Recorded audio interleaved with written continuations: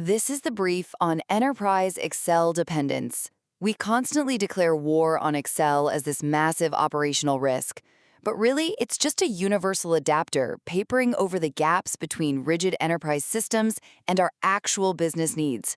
Think about it. If your house is held together by duct tape, do you blame the tape or the builder? Our dependence on Excel tells us exactly where the financial architecture is broken. Let's diagnose the specific diseases this duct tape reveals by looking at three main workarounds. First, the canonical data model gap. When you consolidate data in Excel, you're manually forcing alignment across mismatched systems.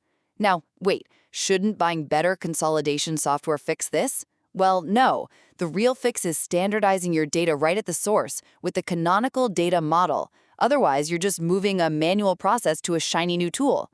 Second, the data orchestration gap. Forecasting in Excel means your planning infrastructure can't talk to live ERPs without a manual data dump. I mean, why are we modeling the future based on financial autopsies instead of a live pulse? A data orchestration layer solves this by feeding real-time data directly to your analytical tools. Finally, the compliance tool gap. Using Excel for regulatory reporting means your current systems can't output what regulators actually require.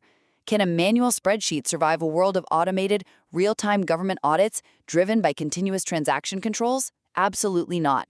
You need a configurable compliance platform mapped directly to your canonical data.